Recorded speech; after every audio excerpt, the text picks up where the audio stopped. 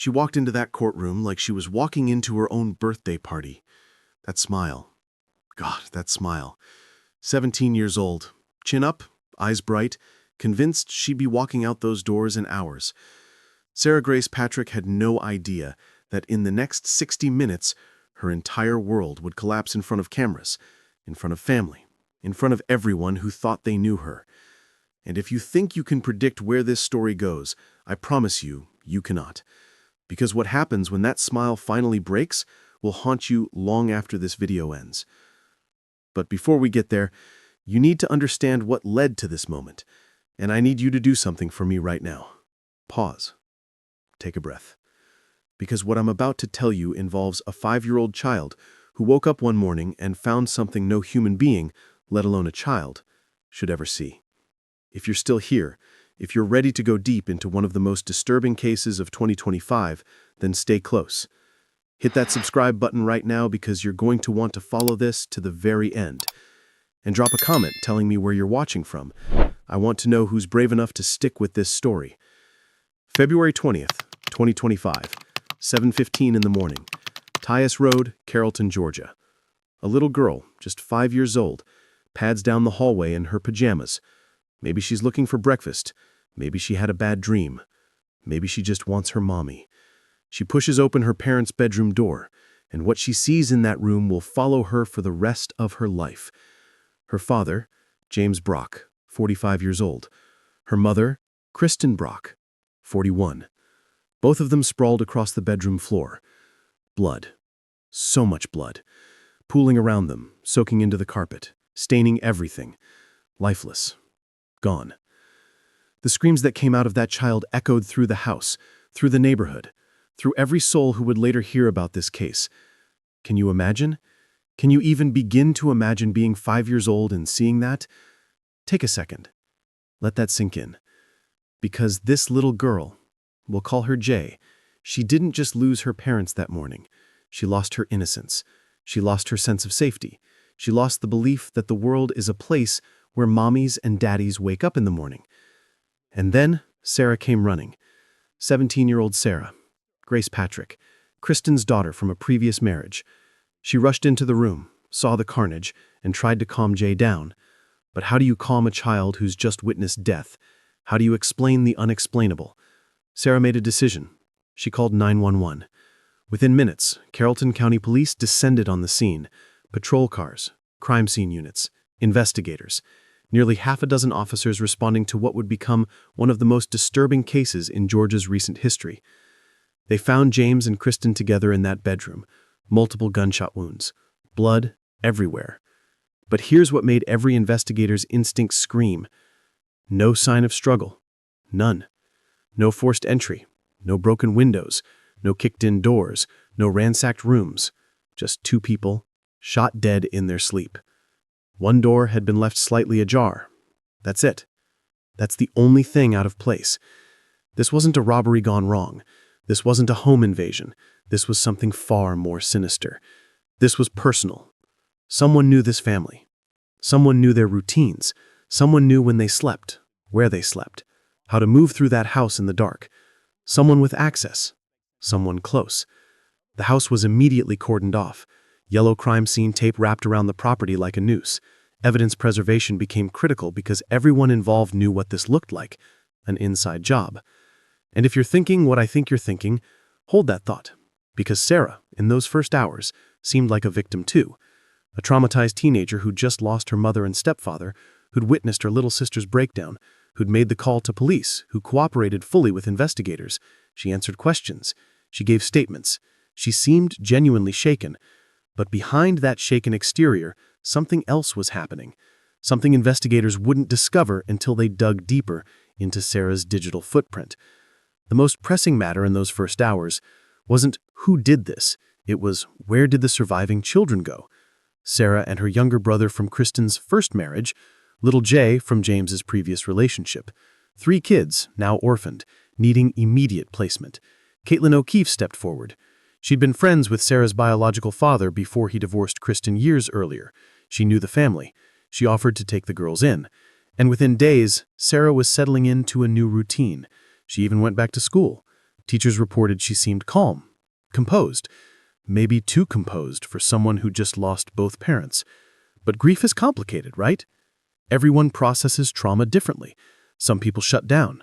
Some people compartmentalize. Some people just keep moving because stopping means feeling, and feeling means breaking.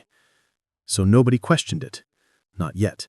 Not until investigators discovered what Sarah was doing online. Let me paint you a picture of who James and Kristen were before that morning. From the outside, they looked like they'd turned their lives around. Blended family. James had been with Kristen for 10 years before they finally married in December 2023, just over a year before their deaths. Sarah and her brother from Kristen's first marriage, Jay from James's previous relationship. They attended Catalyst Church in Carrollton, 45 miles west of Atlanta. Committed members, volunteers, devoted to their faith and family. Or so it seemed. But court documents tell a different story. Kristen had a history with substance abuse. Her first marriage to Sarah's biological father fell apart in 2018 because of it. Court documents stated the mother has unrehabilitated substance abuse issues, and both she and her boyfriend failed to provide a suitable drug-free environment for minor children. A custody battle followed. Eventually, they agreed on joint legal custody, with Kristen getting primary physical custody. But the couple claimed they'd changed, found God, found sobriety, found a new path. And James, he had his own battles. Severe heart problems. He relied on an LVAD device, left ventricular assist device, a mechanical pump surgically implanted in his chest, battery-operated, keeping his failing heart working. This detail is critical. Remember it, because this device becomes the prosecution's smoking gun. James nearly died in 2021. Kristen posted on Facebook begging for prayers. He pulled through. Doctors told him he needed a heart transplant. The LVAD was keeping him alive until they could find a match. He was living on borrowed time, fighting every day to stay alive for his kids. And someone took that away from him. Someone walked into his bedroom while he slept and ended his fight. The question is who and why? When James and Kristen died, Catalyst Church held a memorial service. The sanctuary filled with friends, family, fellow church members. Tears, embraces, prayers. James's oldest son from his first marriage gave an emotional tribute, his voice breaking with every word. And then Sarah was allowed to speak. She stood at that pulpit, looked out at the congregation, and delivered what should have been a heartbreaking goodbye. I just wanted to say goodbye to my mama and Jamie, since we never got the chance to. I was so used to you guys always being here, to a point that I never once thought to imagine y'all not being here. Her voice was steady, clear, controlled. For James, thank you for all the life lessons you taught me and for being the best bonus dad ever. Your heart will finally be healed in heaven, and neither of you will be in any pain anymore. Beautiful words, appropriate words. But here's what made people uncomfortable. No tears. Not one. Everyone else who spoke that day broke down, voices cracking, tears streaming, raw grief pouring out. Sarah? Composed. Polished. Almost rehearsed. Some attendees noticed it, whispered about it afterward. Others defended her. Everyone grieves differently. Maybe she's in shock. Maybe she's processing trauma in her own way. But looking back now, after everything that came to light, that speech takes on a different tone. Was it grief? Or was it performance? Was Sarah mourning? Or was she managing perception?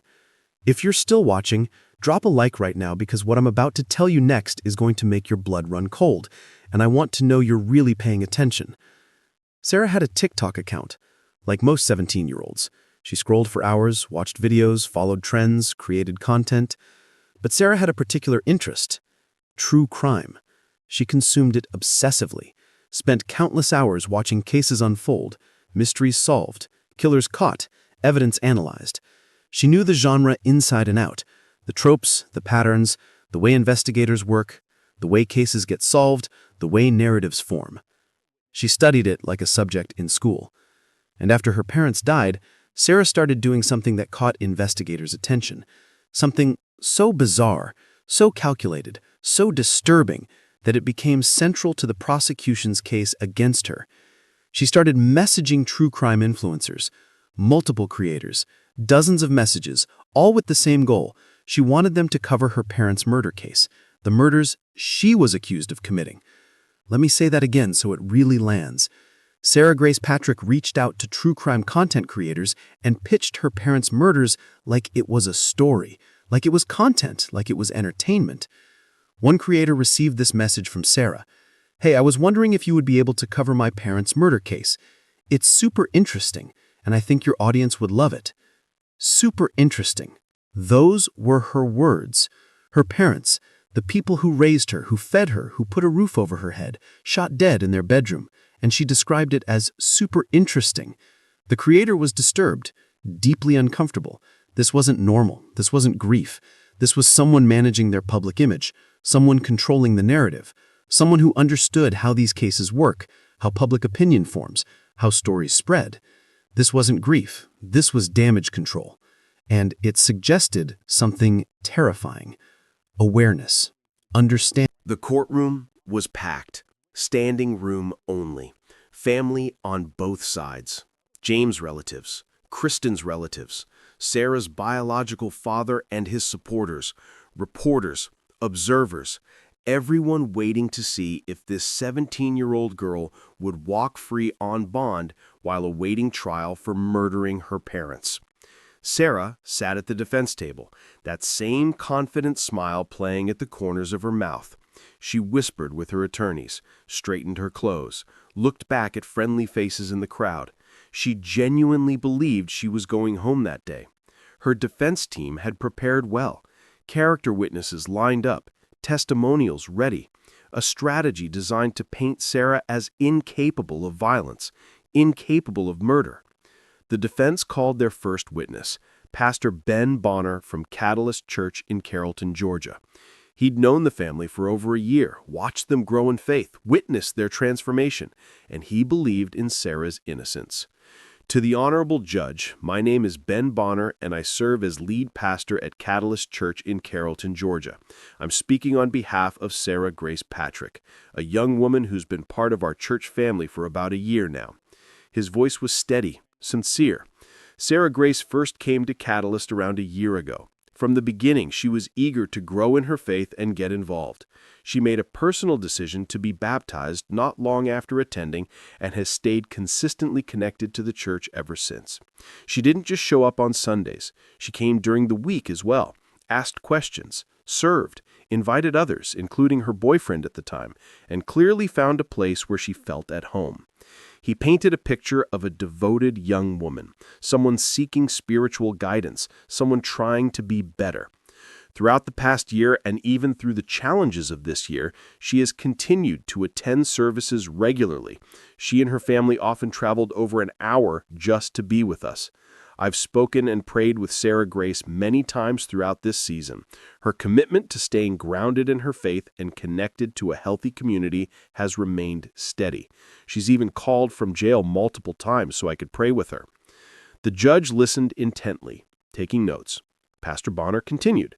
Her father has also become an active part of the church. He was baptized recently and still comes to services faithfully. If it's possible, and the court sees fit to grant Sarah Grace bond, we would gladly continue to walk alongside her as a church. We believe having her with her family and church community is an important part of her support system.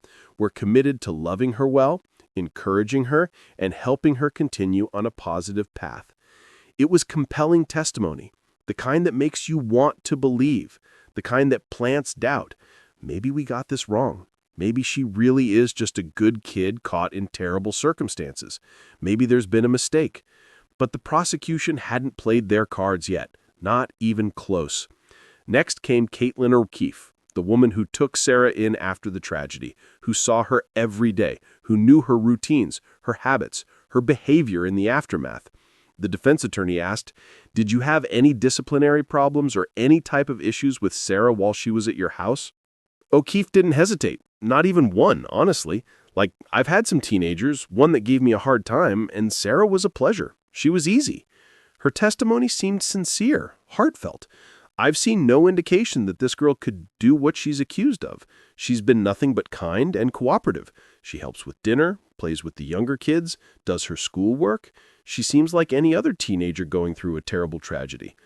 O'Keefe genuinely believed in Sarah's innocence, saw no warning signs, no red flags, nothing that suggested violence or deception, and her testimony carried weight. This was someone with no agenda, no bias, just honest observation. Other witnesses followed the same pattern. Teachers describing a good student, quiet, attentive, turned in assignments on time, participated in discussions, helped other students. Never any disciplinary issues, never any concerning behavior. Friends testifying about years of friendship, sleepovers, study sessions, normal teenage girl stuff, shopping, movies, social media. Nothing raised concerns. Sarah seemed normal, happy even, at least on the surface. The defense was building momentum, creating reasonable doubt, painting a picture of innocence. The judge listened to every word, considered every testimony. The defense table showed cautious optimism. Sarah's smile grew a little wider, a little more confident. Maybe this would work. Maybe bond would be granted. Maybe she'd walk out of here today. And then, everything changed. The prosecution called Kim Bowling to the stand, James Brock's sister. The victim's family speaking. Not character witnesses for the defense, voices for the dead. And the moment she started speaking, the entire energy in that courtroom shifted. "My name is Kim Bowling, and I am Jamie's sister." Her voice was already breaking, already thick with emotion. She struggled to speak, every few words punctuated by tears. Real, visceral grief, the kind you can't fake, the kind that comes from losing someone you love in the most horrific way imaginable. "I lie awake every night, unable to sleep, haunted by the thought of what my brother Jamie and Kristen experienced in those final moments, with the possibility that they were awake when the defendant entered their room with a gun. I imagine their terror in their final breaths." Let that image sit with you for a moment. Imagine being Kim Bowling. Imagine losing your brother. Imagine lying awake at night, picturing his final moments. The fear, the confusion, the helplessness. Imagine that being your reality every single night. She continued, her voice growing stronger even as tears streamed down her face.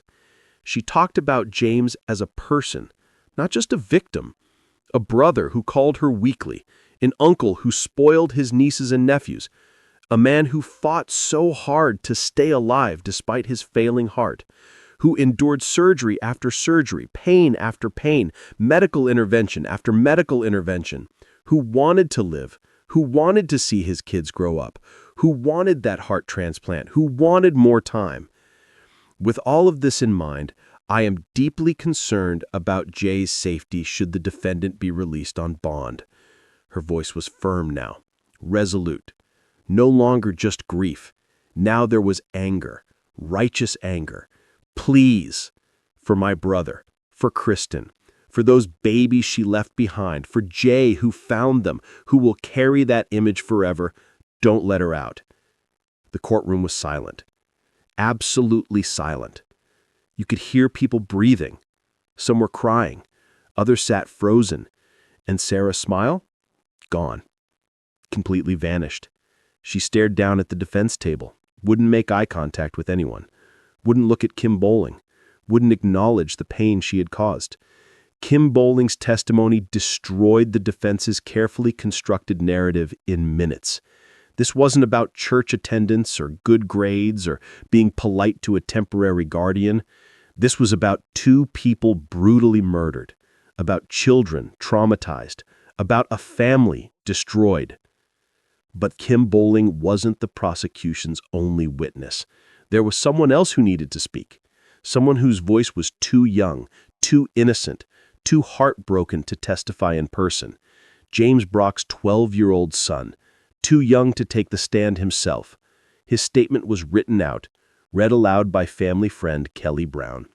And if Kim Bowling's testimony broke the room, this statement shattered it completely. "My name is Jaden Brock, and I am 12 years old." Kelly Brown's voice trembled as she read his words. "I wanted to talk today because my dad and stepmom were shot and killed. I miss him every day." Pause there for a second. 12 years old. losing your father. Not to illness, not to an accident, to murder. What makes me more sad is I trusted Sarah and I loved her like a sister. Why would she do this to me? And why would she hurt everyone like this? I don't understand why someone would do this, but I know it is not right. A 12-year-old boy asking why. Asking the question none of us can answer. Why would someone you love, someone you trusted like family, take away the person you love most in the world? How do you explain that to a child? How do you help them understand something that makes no sense? I am afraid all the time now. I have nightmares about what happened. I don't feel safe anymore. Childhood shattered, innocence destroyed, sense of safety obliterated. All because of choices Sarah allegedly made that night. The ripple effects spreading through entire families, through a community, through the lives of children who will carry this trauma forever. If you're still here, if you're feeling the weight of this story, hit that like button right now. Let me know you're feeling this. Let me know this is hitting you the way it's hitting me. Because we're almost at the end and I need you to stay with me for what comes next. Drop a comment telling me what you're feeling right now. Anger, sadness, confusion. I want to hear from you. The defense attempted to salvage the situation. Sarah's attorney stood, addressed the judge. What we have here with Sarah is that she has absolutely no criminal history and is therefore not a risk to the community and not a risk to reoffend. It was a last-ditch effort, a desperate attempt to counter the emotional devastation of the prosecution's witnesses. But how do you counter a sister's grief? How do you counter a 12-year-old's heartbreak? How do you explain away a 5-year-old finding their parents dead?